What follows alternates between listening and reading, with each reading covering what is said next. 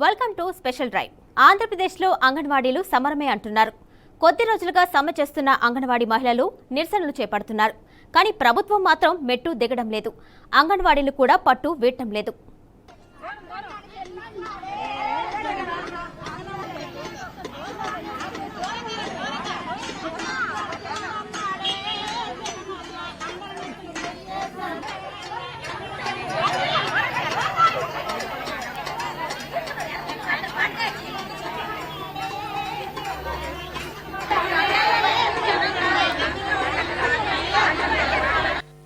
అంగన్వాడీలు తమ సమస్యల పరిష్కారానికి గత కొద్ది రోజులుగా సమ్మె చేస్తున్నారు.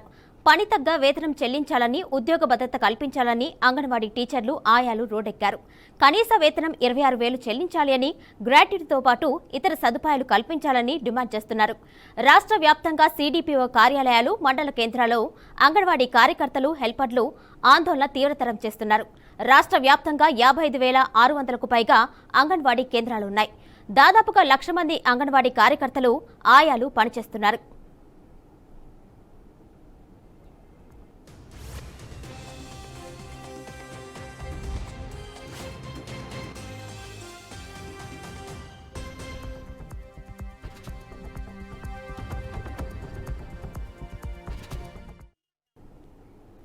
ఈ క్రమంలోనే మంత్రి బొత్స సత్యనారాయణ అంగన్వాడీ సంఘాలతో చర్చలు జరిపినా సమస్య కొలిక్కి రాలేదు.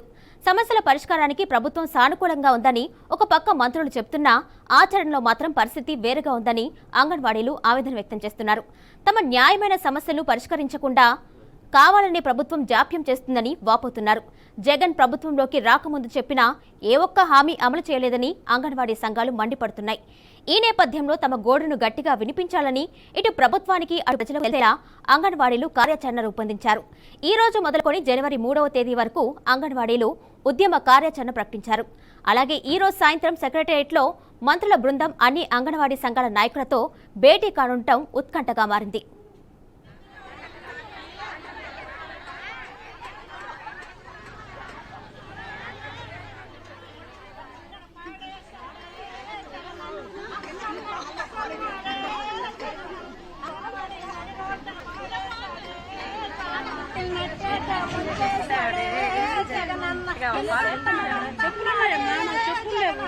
అంగన్వాడి నట్టేట ముంచేశాడే జగనన్న, అస్సన్నాడు బుస్సన్నాడే జగనన్న, అంగన్వాడి నడి రోడ్డున పాడేశాడే జగనన్న.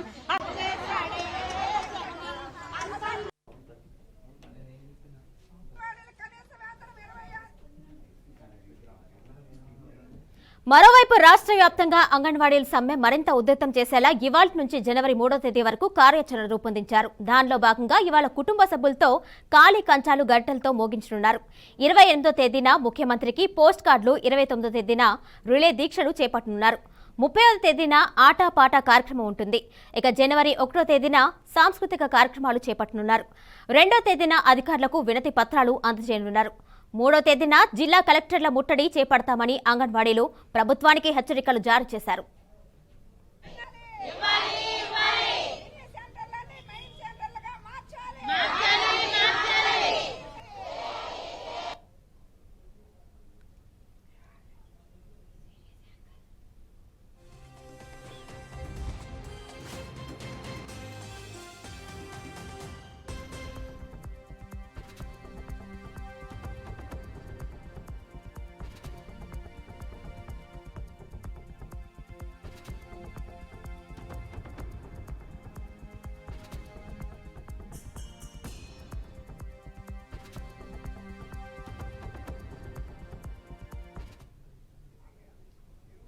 ఇక రాబోయే రోజుల్లో సమ్మె ప్రభావం ఎలా ఉంటుందో చూడాలి. మొత్తంగా ఈ రోజు ప్రభుత్వంతో జరిగే చర్చలు సఫలమయ్యి తిరిగి విధుల్లో చేరాలని మాత్రం ప్రజలు కోరుతున్నారు.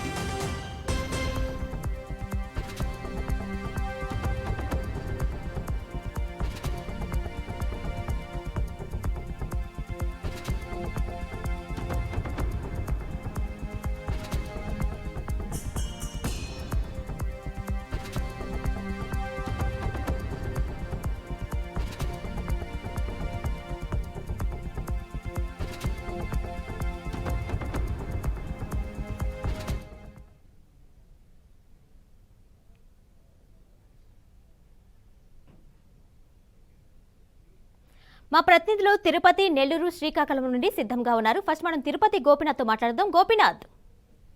చెప్పండి గోపీనాథ్, అంగన్వాడీలు అయితే ఎప్పటి నుంచో దాదాపు 15 రోజుల నుంచి సమ్మె అయితే కొనసాగుతుంది. మంత్రులు అనేక హామీలు ఇస్తున్నప్పటికీ కూడా వాళ్ళకి పూర్తి న్యాయం అయితే చేయట్లేదు.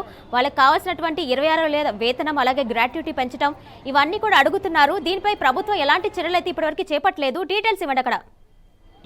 అంటే తిరుపతిలో అంటే రాష్ట్ర వ్యాప్తంగా అంగన్వాడీలకు సంబంధించి పెద్ద ఎత్తున ఆందోళన చేస్తున్నారు.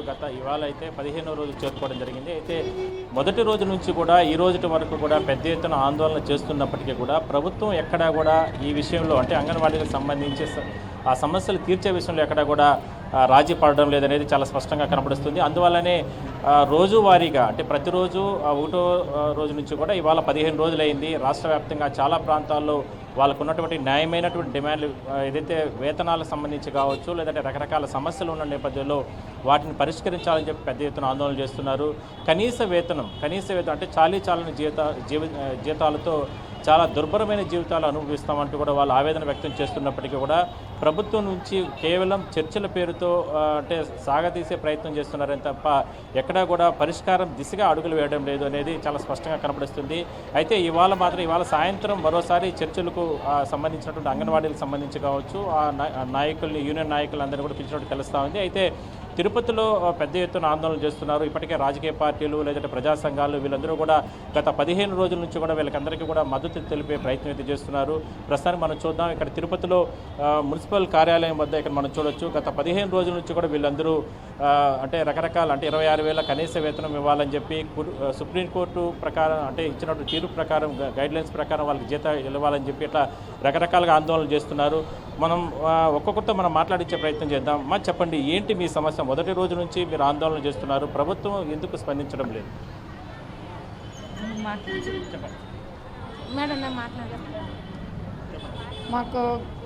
మేము గత 30 సంవత్సరాలుగా ఐసీడీఎస్లో పనిచేస్తున్నాము. 250 రూపాయల నుంచి మేము పనిచేస్తున్నాము. ఇప్పుడు మా వయసు దాదాపు 55 సంవత్సరాలు అయింది. 55 సంవత్సరాలను కూడా మేము అంగన్వాడీలకు, పిల్లలకి, ఏరియాలో తల్లులకి అందరికీ చాలా సర్వీస్ ఇస్తున్నాము. 9 to 4 వరకు ప్రతిరోజు కూడా మేము పనిచేస్తున్నాము. పిల్లలకి తెల్లారితో ఫుడ్ కానించి, ఎగ్ కానించి, పాలు, మీల్స్ అన్నీ ఇచ్చి సాయంకాలం 4 గంటలకు మేము పిల్లల్ని ఇంటికి పంపిస్తున్నాము. మేము కనీస వేతనము 20,000 ఇవ్వండి, సమాన పనికి సమాన వేతనం ఇవ్వమని మేము కోరుతున్నాము. సుప్రీంకోర్టు జీవో ప్రకారము గ్రాడ్యుయేట్ ఇవ్వమన్నాము 2017 నుంచి. మాకు 5 లక్షలు పెన్షను అడుగుతున్నాము. కనీస వేతనం 26,000 ఇస్తే మాకు చాలని జగనన్నను కోరుకుంటున్నాం సార్. మీరు చెప్పండి, ఎన్ని రోజులుగా మీరు ఇక్కడ ఇప్పుడు ఆల్రెడీ 15 రోజులు దాటిపోయింది, ఏమనుకుంటున్నారు? ప్రభుత్వం స్పందిస్తుందా? మీకు న్యాయం జరుగుతుందని మీరు భావిస్తున్నారు? నమస్కారం సార్, నేను అంగన్వాడీ టీచరు. గత 15 రోజులుగా ఇక్కడ మున్సిపల్ ఆఫీస్ దగ్గర ధర్నా చేస్తున్నాము. కానీ ఇప్పటికి కూడా స్పందించడం లేదు సీఎం గారు. దయచేసి మా కోరికలు, కనీస కోరికలే మేము కోరుతున్నాము. దయచేసి మాకు కనీస వేతనం 26,000 రూపాయలు, గ్రాడ్యుయేటీ పెంచాలి. వీటి మీద కానీ తొందరగా మాకు సమాధానం చెప్పకపోతే మేము ఇక్కడి నుంచి కదిలేదే లేదు.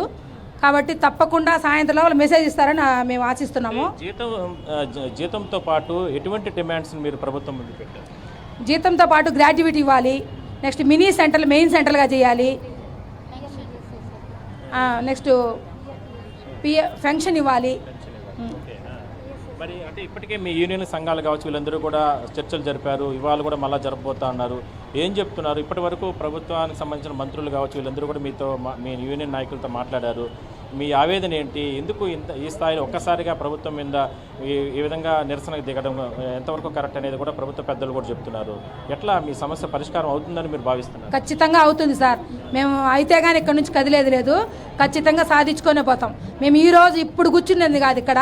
మేము గత సీఎం గారు తెలంగాణ కంటే మేము అదనంగా జీతం ఇస్తానని చెప్పి మా దగ్గర అందరి దగ్గర ఓట్లు వేయించుకొని కూర్చున్నాక మాకు 1,000 రూపాయలు జీతం పెంచాడు. కాకపోతే ఆ రోజు నుంచి మేము సమ్మెకు పిలుస్తున్నాము, మమ్మల్ని పిలిపించడం లేదు.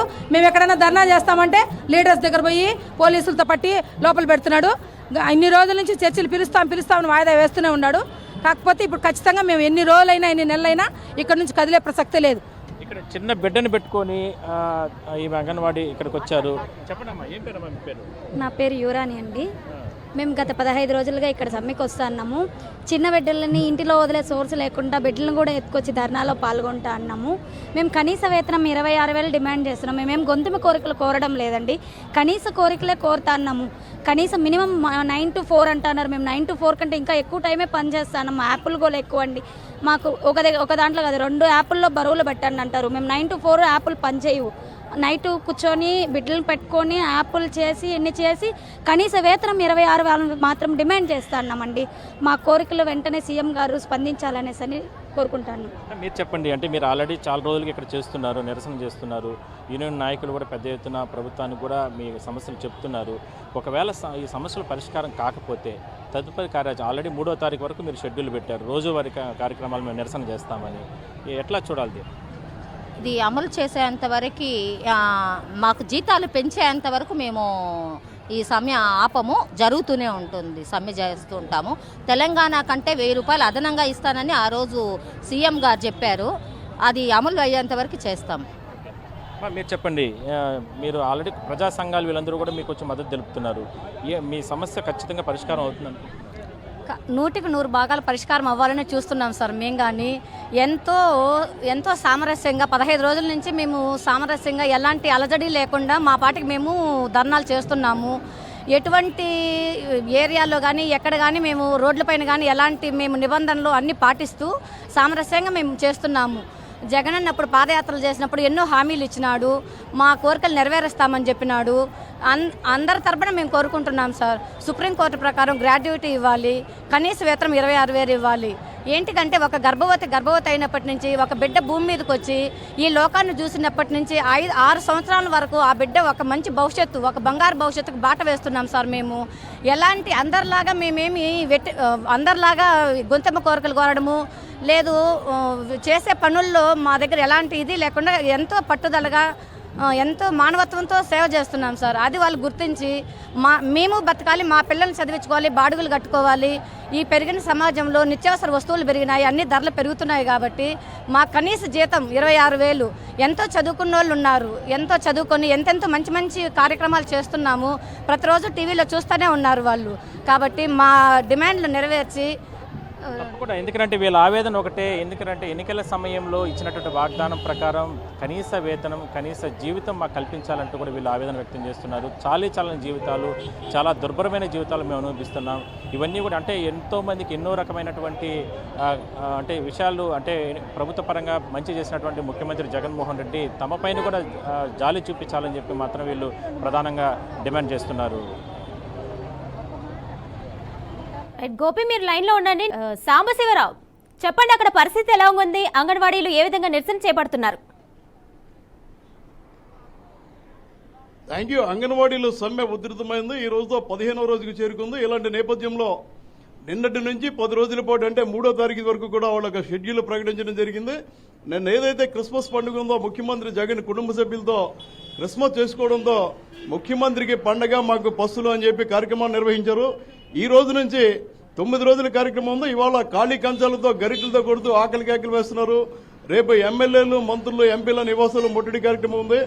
అదేవిధంగా 28న ముఖ్యమంత్రికి వినతి పత్రాలు, సచివాలయ వద్ద ధర్నాలు వంటి కార్యక్రమాలతో పాటు ఏదైతే దున్నపోతులు గ్రామాల్లో తిరిగితే వాటికి వినతి పత్రాలు ఇచ్చే వినూత్న నిరసన కూడా చేపట్టారు. మన కాకినాడ జిల్లా వ్యాప్తంగా భారీ ఎత్తున ఇటు కాకినాడ, అటు బిఆర్ అంబేద్కర్ కోనసీమ జిల్లాలో అంగన్వాడీలు సమ్మెను ఉధృతం చేశారు. ఏదైతే సచివాలయ సిబ్బంది సెంటర్లు ఓపెన్ చేశారో సెంటర్లు కూడా అంగన్వాడీలు వెళ్లి అక్కడున్న సచివాలయ సిబ్బందితో పాటు తల్లులకి, గర్భిణీలకి, బాలింతలకి చెప్పడంతో వాళ్ళెవరూ కూడా సమ్మెలో పాల్గొనలేదు. ఇలాంటి వాళ్ళు సెంటర్లు తెరవడం లేదు, సెంటర్లు మూతపడ్డాయి. ఇలాంటి నేపథ్యంలో కాకినాడ అంగన్వాడీ యూనియన్లు మనతో ఉన్నారు. అమ్మ, చెప్పండి, అసలు మీ డిమాండ్లు ఏంటి? 2 సార్లు సమస్యల గురించి చర్చలు జరిగినాయి, వైఫల్యమైనాయి. మీరు ఎలాంటి ఉధృతం చేయనున్నారు సమ్మెని? మా డిమాండ్లు ముఖ్యంగానండి, మాకు కనీస వేతనం అమలు చేయాలని మాది ముఖ్యమైన డిమాండ్ అండి. అలాగే సుప్రీంకోర్టు తీర్పు ప్రకారం గ్రాడ్యుయేటీ అమలు చేయాలి. సుప్రీంకోర్టు తీర్పు ప్రకారం గ్రాడ్యుయేటీ అమలు చేయాలని, మాకు కనీస వేతనం ఇవ్వాలని. కనీస వేతనం ఇవ్వలేకపోతే ఆయన దగ్గర డబ్బులు లేవన్నారు కాబట్టి ఆయన మాట ఇచ్చిన ప్రకారం తెలంగాణ కన్నా 1000 రూపాయలు అదనంగా ఇవ్వాలని. తెలంగాణలో 13,600 ఇస్తున్నారండి. ఆ 13,600కి 50లో మాకు 1000 రూపాయలు అదనంగా ఇస్తానన్నారు కాబట్టి ఆదైనా అమలు చేయమని మేము అడుగుతున్నామండి. మీకు గతంలో 7,500 జీతం ఉండేది, చంద్రబాబు గారి హయాంలో 10,500 ఉంది, మళ్ళీ ముఖ్యమంత్రి గారు 1000 పెంచారు, 11,500 వస్తుంది.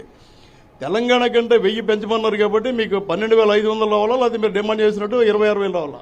మాకు డిమాండ్ చేసిన మాకు కనీస వేతనమే కావాలండి. అంటే ఇప్పుడు తెలంగాణలోని మళ్ళీ ప్రభుత్వం మారిన తర్వాత 18,000 చేశారండి.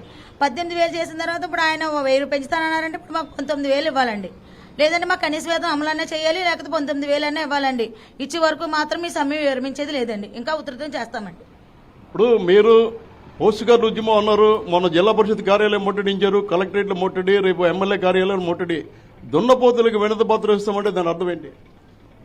ప్రస్తుతం సీఎం గారికి కానీ మొత్తం అన్ని రాజకీయ నాయకులకు కానీ పార్టీలకు కానీ అందరూ కూడా మేము వినతి పత్రాలు ఇవ్వడం జరిగిందండి. వీళ్ళు పట్టించుకోలేదు కాబట్టి దొన్నపోతుగా ఇచ్చినా మీకు ఇచ్చినా ఒకటైన ఉద్దేశంతో మేము వినతి పత్రాలు ఇవ్వడం జరుగుతుందండి.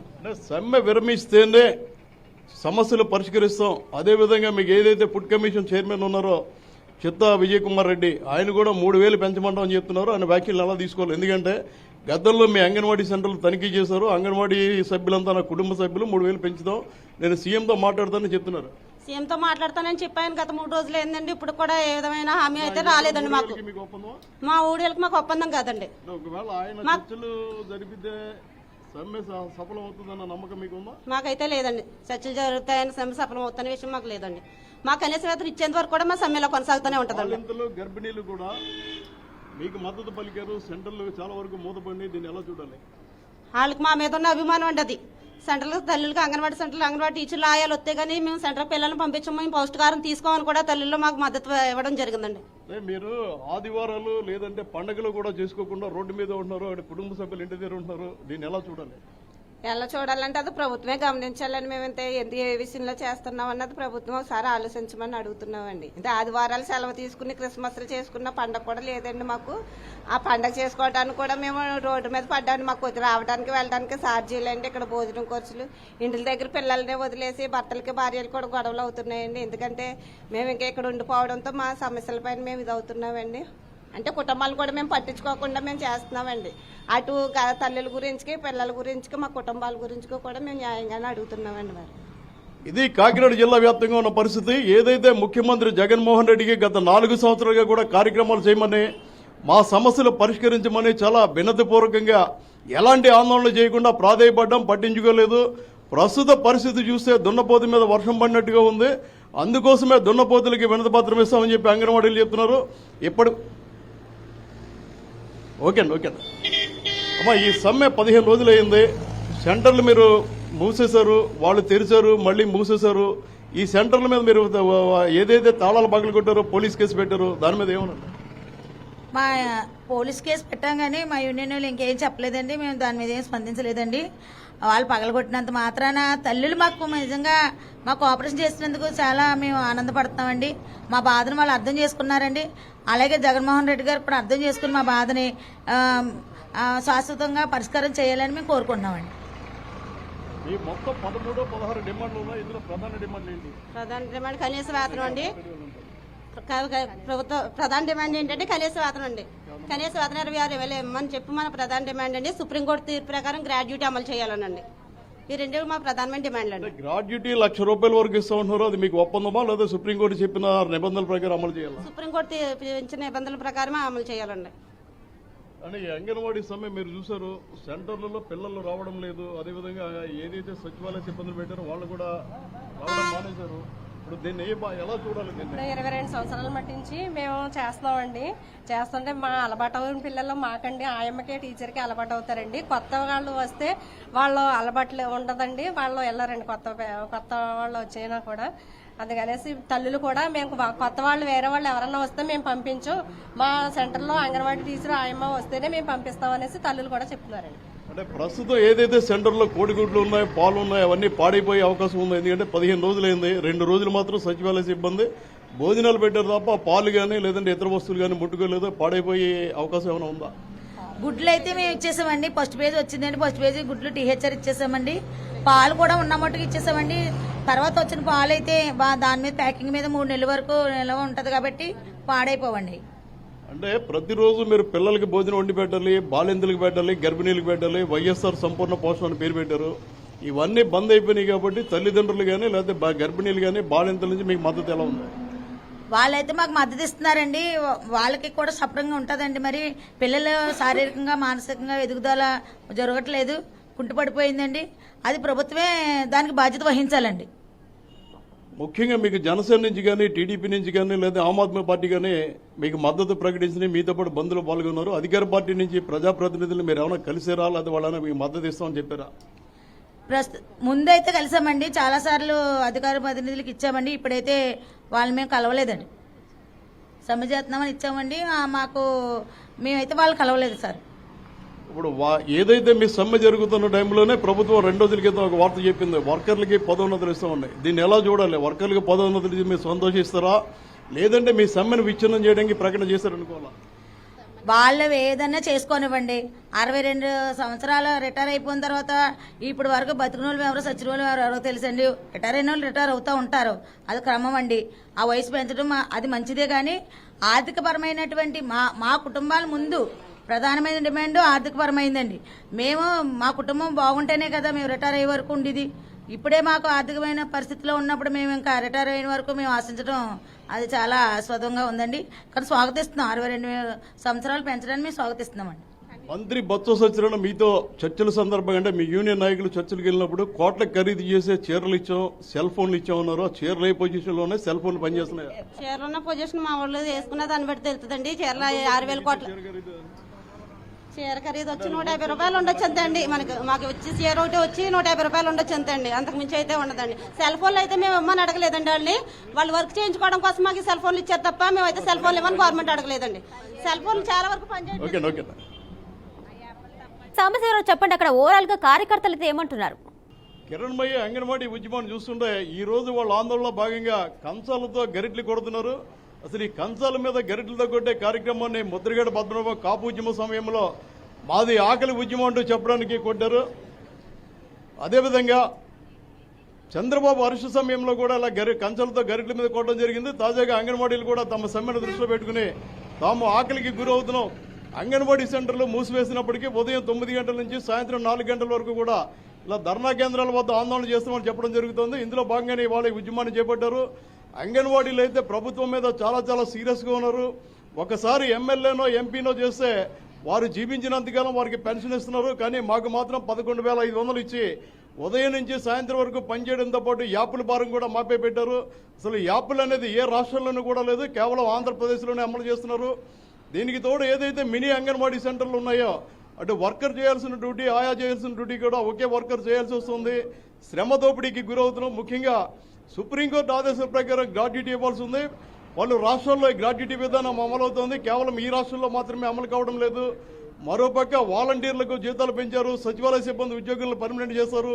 మమ్మల్ని మీద మాత్రం ఇలా రోడ్డు మీద తీసుకొచ్చి కూర్చోబెట్టేశారన్న ఆందోళన ఆవేదన వ్యక్తం చేస్తున్నారు.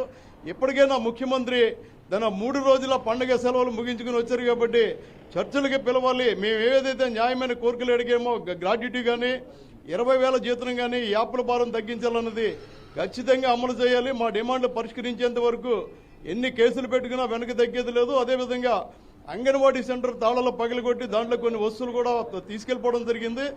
ఎవరైతే వర్కర్లు ఆయాలు తమ వద్ద ఉన్న డబ్బులు కావచ్చు, లేకపోతే వారి విలువైన వస్తువులు కావచ్చు, సెక్యూరిటీ ఉంటుందని చెప్పి అక్కడ పెట్టుకుని అవి కూడా దోపిడీకి గురైనాయి. ఇంతవరకు రాష్ట్ర వ్యాప్తంగా కంప్లైంట్లు ఇచ్చినప్పటికీ ఎఫ్ఐఆర్ లాక్ చేయలేదు. 24 గంటల్లో ఎఫ్ఐఆర్ అయినా ఎఫ్ఐఆర్ వేయలేదని చెప్పి యూనియన్ నాయకులు చెప్తున్నారు. మొత్తం మీద అంగన్వాడీలు సమ్మెను ఉధృతం చేశారు. మొదటి దశలో అంటే 24వ తేదీ వరకు మొదటి దశ ఉద్యమం జరిగింది. 25వ తేదీ క్రిస్మస్ నుంచి 2వ తరహా ఉద్యమాన్ని మరింత ఉధృతం చేస్తున్నారు. చివరికి ప్రభుత్వానికి చేమకుట్టినట్టు లేదని చెప్పడానికి దున్నపోతులకి వినతి పత్రం ఇచ్చే వినూత్న కార్యక్రమాన్ని కూడా తెరదీశారు. ఇది కాకినాడలో ఉన్న పరిస్థితి, ఇది కాకినాడ జిల్లాలో ఉన్న పరిస్థితి.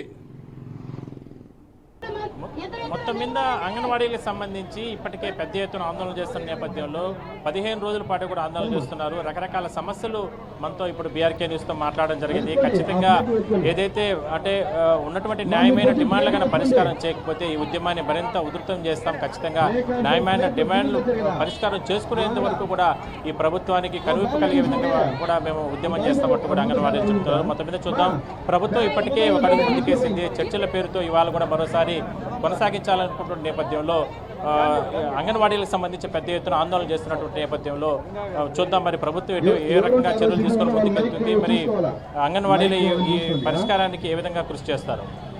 Over to studio Kiran Bhai. Right, thank you. మొత్తానికైతే అంగన్వాడీలు 15 రోజుల నుంచి సమ్మె అయితే చేస్తున్నారు.